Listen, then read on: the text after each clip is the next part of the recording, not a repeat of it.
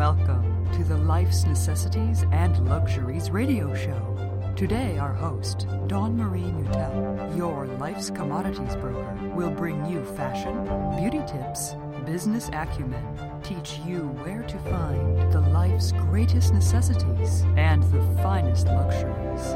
Now, here's Dawn Marie. Hey, it's Dawn Marie from Life's Necessities and Luxuries. Thank you for stopping by today for another episode. This is going to be a short episode, but it's pretty important because I asked myself this question, and now I'm going to ask you.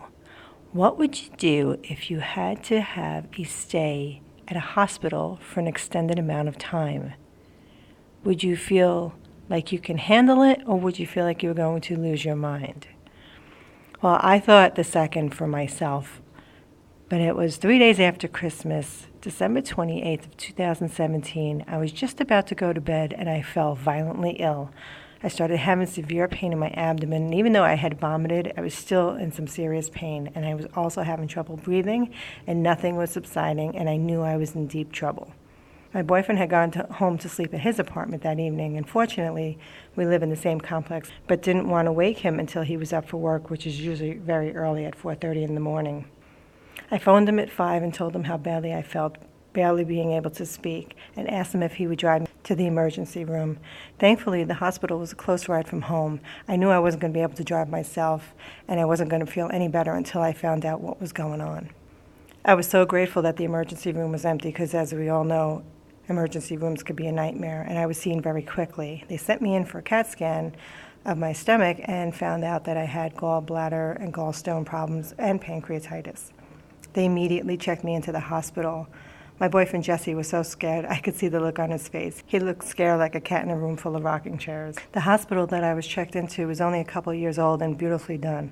I had my own room, thankfully, and the staff was such a blessing. They were so pleasant, and they really helped me out. And this made for a much nicer stay than I feared. But one of the first things that I thought about was a short stay I had many years ago after an ankle surgery in the hospital. And so I immediately went down my list of things that I knew I needed. So here's a couple of things I want you to think about if you are ever in that position, which I hope you never are. But life is so unpredictable, and I pray that you never do get ill and have to go to the hospital. But in case you ever do, here's a couple things that I put on my list to take with me.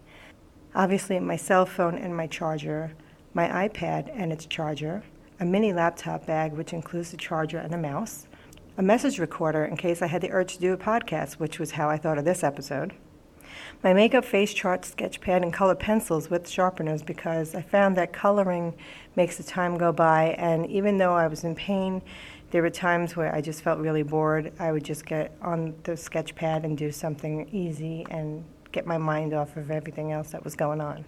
Flip-flops for the showers and the bathrooms, the common bathrooms, if you have to go use a shower outside, which I had to do, and that was down the halls. A nail filing clipper because sometimes your nails get out of whack, and having that handy was really helpful.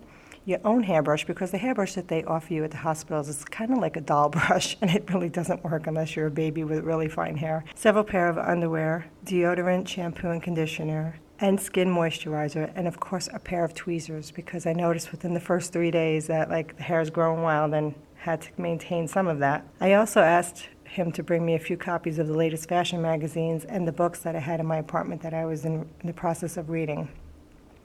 Now, mind you, when you're ill, obviously, you're probably going to sleep most of the time, but there are going to be times where I didn't know how long I was going to be there for, and I wound up being there for 3 weeks, which to me was a really long time. They couldn't do the surgery on the gallbladder because the pancreatitis, the stomach was so inflamed that they had to wait.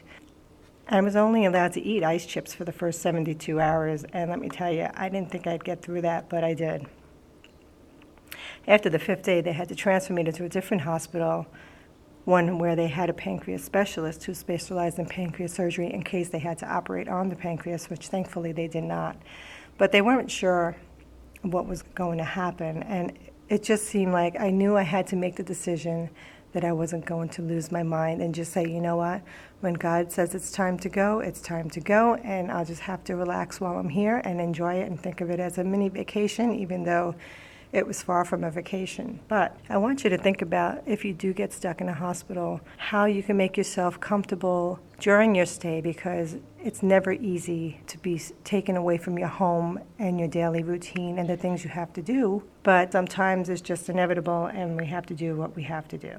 When I had the first hospital, it was new and it was beautiful and everything was clean. And I was really concerned about MRSA. So another thing that I thought about doing was every time they took me out of the hall to go take me for a test or something else, or move me to a different floor, or even just to go walk out to go use the shower facility, I would make sure I would put on those masks that you can cover your mouth and nose, just so that you don't catch any extra germs, because that's all you need is to pick up some kind of flu or virus while you're recovering from something else. And to this day, when I go to the doctor appointments, even when I walk into the room, the first thing I do before I even walk in there is put them on, because you just don't know how many people are sick when they go to the doctor, right? So I pick up something that you don't need to. But when they sent me to the second hospital, I was pretty shocked, because I knew the first hospital was beautiful and the second one was a much older hospital. And when the lady, I walked into the room, she was putting sheets on my bed. I even noticed that they had 2 holes in the sheets, and I said, "Can you please give me another set?" And then I look around in this little dingy bathroom, and on the corner of the floor there was dirt, and I asked her to have somebody come and clean it, because I was just really afraid of catching MRSA, as I knew a lady who lived in my building, and she went to the hospital for one thing and she actually died because she picked up MRSA. So it's scary, and you want to make sure everything is really clean and sanitized, and make sure that even when the nurses come in, if they touch you, try to get some sanitizing gel and clean your hands or wherever they touched you, because you don't know who they just touched before you.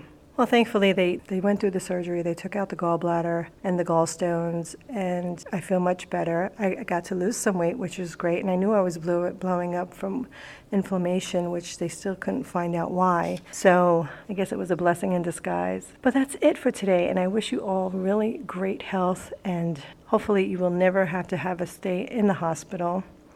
But if you do, remember those things to take with you to make it pleasant. Let the days go by. And one other thing that I did was I didn't turn on the TV for different things. I would watch a movie from time to time when my boyfriend came to visit me, but they had this station, which I thought was really amazing, where it was just Nature Channel, and it just showed beautiful scenery all day, 24 hours a day.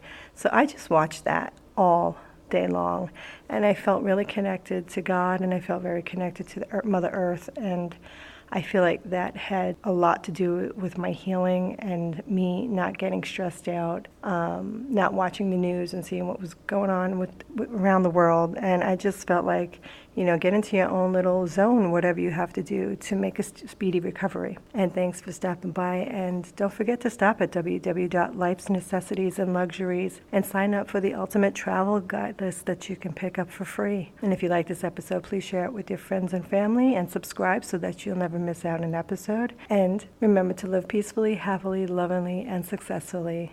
Until the next time, namaste. If you like what you hear, tell someone. If you like what you hear, be a dear and pass it on. Don't forget to stop at our website, www.lifesnecessitiesandluxuries.com, for more tips, tricks, tutorials to live a very necessary and luxurious life.